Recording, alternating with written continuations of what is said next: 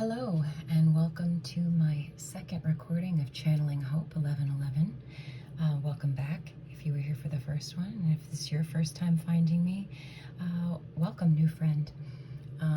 This is meant to be timeless, I don't know, knowledge, messages, ramblings, for anyone who needs it, finds it.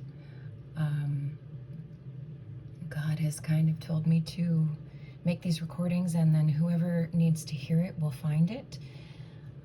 Apparently, whether I'm comfortable with doing this or not, I'm doing it. So I guess right now, on my mind has been Lent. It's Friday, and we just had Ash Wednesday. I regularly eliminate things from my diet. I do fast, and I and the angels and God have, been saying to me for a while now, you should give up sugar. You should give up sugar. And anytime I think we find ourselves becoming too reliant on something that isn't the best for us, especially if we're reliant on, something that's good for us, that's less of an issue. Like relying on God, I would say, is a good thing. And, positivity and light and love, and leaning towards that, go for it. I don't think you can have too much of the light and, too much God, unless you're becoming really tunnel vision with it.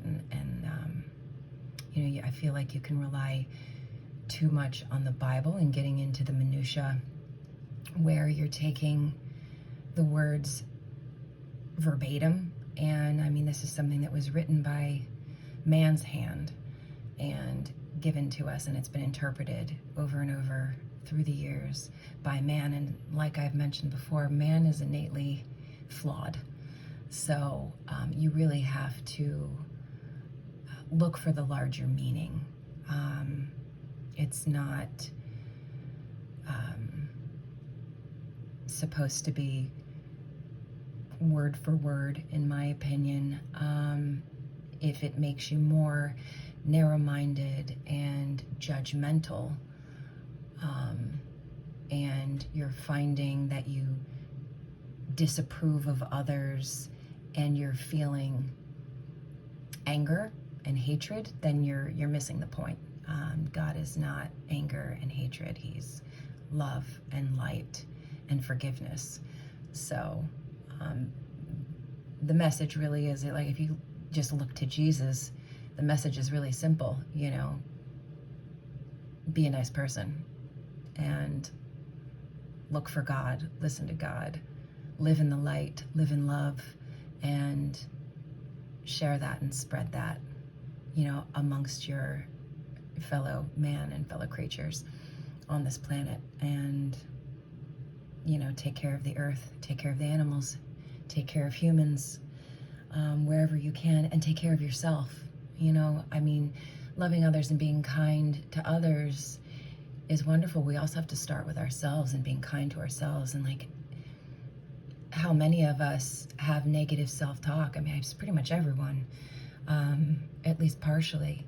And you can be the sweetest and kindest to everyone around you, but if you look in the mirror and you're saying, I'm ugly, I'm stupid, I'm worthless, you're also missing the point. God loves you as well, and you're supposed to love yourself. I would say first and foremost, you are also a human that you're supposed to love. And, I know, easier said than done. And it's a constant work in progress for all of us. And sometimes it's easier for us to love ourselves and harder to love our neighbor. Sometimes it's easier to love our neighbor and harder to love ourselves. And we all know where we have work that needs to be done.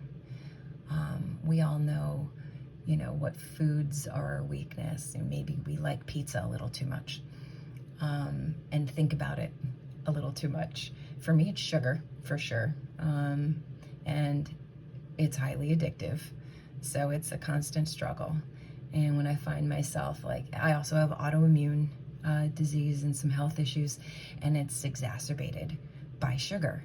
So when I'm, you know, in more pain than usual and less functional than usual, and getting all, you know, uppity about it and like, oh, I feel terrible. Like, well, hey, look at your diet, Hopi. And usually it's not as dialed in as it can be and it should be for my optimal health.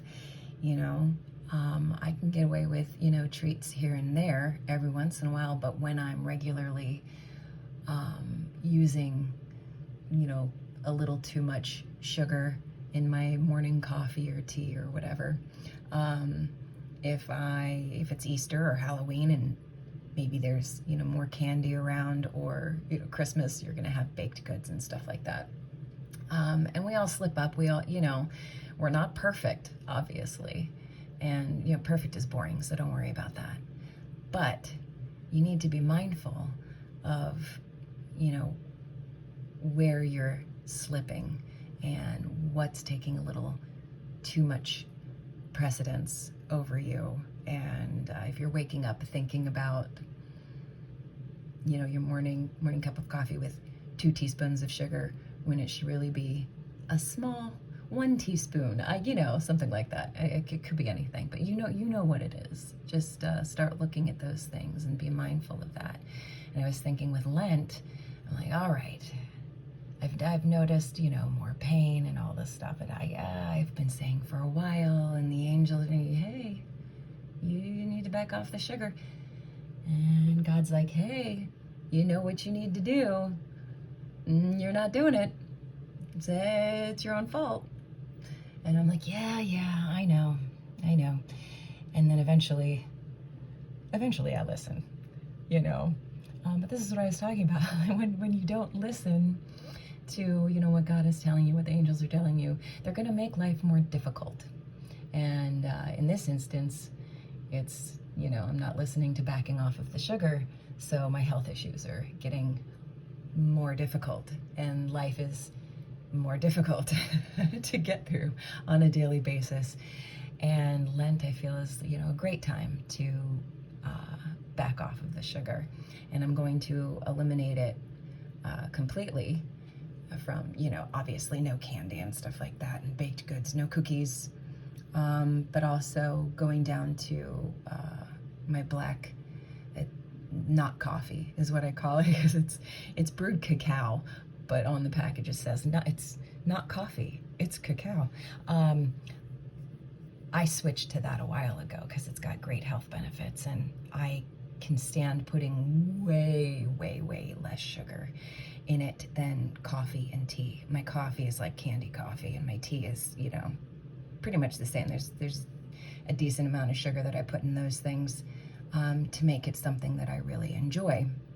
And like, what's the point in drinking it if you're not going to enjoy it? So I actually found this cacao that I really like, and I can put a heaping teaspoon, but a teaspoon in it instead of, say, like 3-5 teaspoons. But yeah, I like sugar.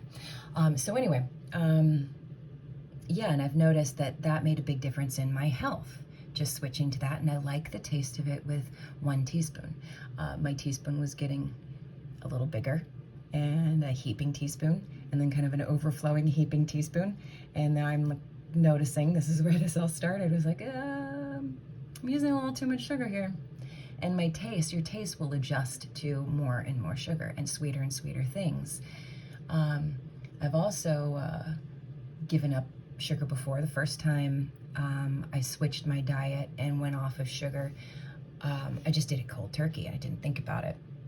And I went through withdrawal like crazy. I didn't know that's what it was at the time. It removed my emotional coping mechanism, and my pain didn't get any better. And so that was a bust.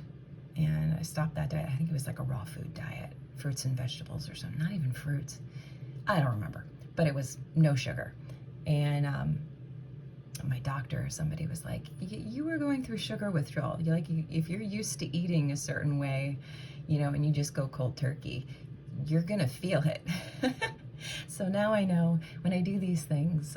When I went on to my first water fast, I planned it out in a calendar, and you know, I was having chai at the time. It was chai concentrate with caffeine, and I knew I couldn't just cut out the chai because I'd have a horrible migraine from the caffeine withdrawal. So I slowly switched to decaf, and I had it on my calendar. 1 week it was just weaning myself off of, you know, baby step yourself away from the caffeine if you can. Some people don't have issues with caffeine, but I really do. I don't have it at all anymore because I'm way too sensitive. Heart palpitations, migraines, all kinds of stuff. Much worse. So I just don't do that. But at the time, I was still having caffeine. So that was the first thing. Baby step your way off of the caffeine by switching in, you know, putting a little less caffeine concentrate and adding some decaf. And then I would just shift the balance until it got all the way down to decaf. You know, and that was like at least a week of doing that. And then from there, I could go from the same size mug to just less and less and less of the chai and a smaller and smaller amount until I was down to nothing. And then that was pretty much the only sugar that I was consuming. So then the next week I weaned myself off of the sugar. And then I was weaning myself off of, I don't know, probably meat or grains or dairy. I don't know, you pick one thing at a time and just slowly baby step your way off of it. Do less and less and less of that thing. And then this was working onto a water fast. So I was also intermittent fasting. My eating window was getting smaller and smaller and smaller throughout. I think it was over probably 2 months to go on to a 5-day water fast, which is pretty significant. But this is when my health issues were really serious, and like I really couldn't do anything, and was just kind of in bed. And so at all of the health webinars I was listening to, they were talking about this, you know, 5-day water fast. And finally got to the point was like, okay, I've got to try something else. I'm at wit's end. I'm gonna try it. And I had chronic fatigue and as well, and that I couldn't. It was like breathing. Felt like my lungs were made of lead, and just breathing was exhausting. Getting to the bathroom was like I practically had to crawl to the bathroom. It was not good. So in that situation, I was like, all right, all these other people are talking about, you know, it's worked for all this stuff, chronic fatigue and, you know, pain and tons of stuff. So I finally decided, all right, I'm going to do this. But I'd already gone through that cold turkey situation that didn't end well, so I knew I had to baby step my way. So that's why I planned it out over about a 2 month, maybe up to 2 months. I don't think it was longer than that. It might not have even been that long. My memory's shoddy, especially back then. But baby stepping my way really, really helped. So you don't have to go cold turkey on anything. As long as you are being mindful and you're trying to just be, who was it? A whole bunch of people talk about that just being 1% better. So baby stepping your way, being mindful about it. All right, today I'm going to use a little less sugar. Instead of 2 teaspoons in my coffee, I'm going to do 1.5. And then after a couple days of doing that, I'm going to do 1 heaping teaspoon, 1 rounded teaspoon, you know, and then just get 1 level teaspoon and then down to a 1/2 teaspoon. You know, you can even use measuring spoons if you want to be really precise about it, you know, if you don't trust yourself to eyeball it and stuff. And then eventually, and it gives your taste buds time to adjust, you know, stuff like that. I also started out, my ribs kept popping out of place, and I was dislocating ribs for no reason. And nothing was helping. I didn't know why it was happening. And so I just figured, all right, I'm going to force my body into compliance. I'm going to start doing push-ups. I have not done push-ups in many years. I'm still pretty strong for, you know, being as sick as I've been for as long as I've been, but push-ups were like, I think I could barely do 3 the first day. I think I was impressed that I could actually do 3. So, but I started out and I was like, all right, I'm just gonna see what I can do. I'm gonna push myself to, I'm not injure myself doing it. Like I was prepared to, if I can only do half a push-up, I'll start with that. And I'll just do that every morning, get out of bed, and right on the floor next to my bed, I'm gonna try and do a push-up. And I did 3 the first day. And I think I did 3 for 3 days, 4 days, 5 days, you know, and I just did 3, and I went to my almost comfortable limit. It was just slightly uncomfortable where I was, you know, I was straining, but I wasn't going to hurt myself, which is what I have to be careful of, because my body's a jerk. I'm possessed by gremlins, and they run around and wreak havoc. And I just kind of kept going with that, and every few days I would, you know, just feel a little stronger. And I'm like, you know, I think I could do 1 more today. And so then I got up to, you know, 5 push-ups, and I did that for 3 to 5 days, and then it was 7, and then I kept going up and up, and now I'm at 24. I think I might be able to do 25 today. I haven't done them yet today, so I'm feeling like 24 is getting a little easier. So now I think I can switch to 25 today, and like, man, get 25 push-ups. That's impressive to me. I'm like, yeah, check it out. My goal for the year, by the end of the year, I'm kind of like, yeah, I think it'd be really cool to get to 50 push-ups that I can do all at once, every day, you know. And like when I have migraines, and you know, or if I hurt my shoulder or something, then I can't do that many push-ups. I still like try and do 1, and if it feels like my head's gonna explode, I don't push it past that, because I'm gonna hurt myself, you know. Or if my shoulder is like cracking and popping and hurting really bad, I'm like, whoa, okay, that's not a good position to be in. Don't push it. Give yourself some grace, you know. We've got to forgive ourselves and give ourselves some grace, but, you know, try it and listen to your body and listen to your situation and your circumstances, and just try and be 1% better. You know, you're not competing with anyone else. You're competing with yourself, and, you know, the day before or the year before, and just try and be a little bit better. And so during Lent, maybe think about, you know, what can I give up? What is something that I'm relying on a little too much? Maybe I'm watching a little too much TV. Maybe, you know, all day I'm thinking about, oh, I just can't wait to get home and have that glass of wine, you know, and maybe you're relying on that a little too much. Or maybe it started out as a glass of wine a week, and then it was a glass of wine a day, and now it's maybe 2 glasses of wine. So maybe, you know if things are getting a little out of control, and maybe you're relying on it a little too much, and you're using it as a crutch, you know, for the difficult things in life. And maybe replace that with something else, an herbal tea at the end of the day. That, you know, could be your focus over Lent. Wean off of the wine and try some healing herbal teas, as long as you're not loading it with sugar like I do. And, you know, honey is a better option than sugar, especially if it's raw and, you know, locally sourced and everything. It has health benefits. So that could be, you know, a better option. But, you know, take a look inside and introspect and ask God, you know, where you should be focusing some improvement on your life over this Lent. And see how it goes. And just don't think about taking over the world and, you know, reinventing the wheel. It's just 1% better, just a little bit, baby steps. You can do this. If I can give up sugar and water fast, then I believe in you. You can be 1% better every day. Good luck and blessings to you. Goodbye.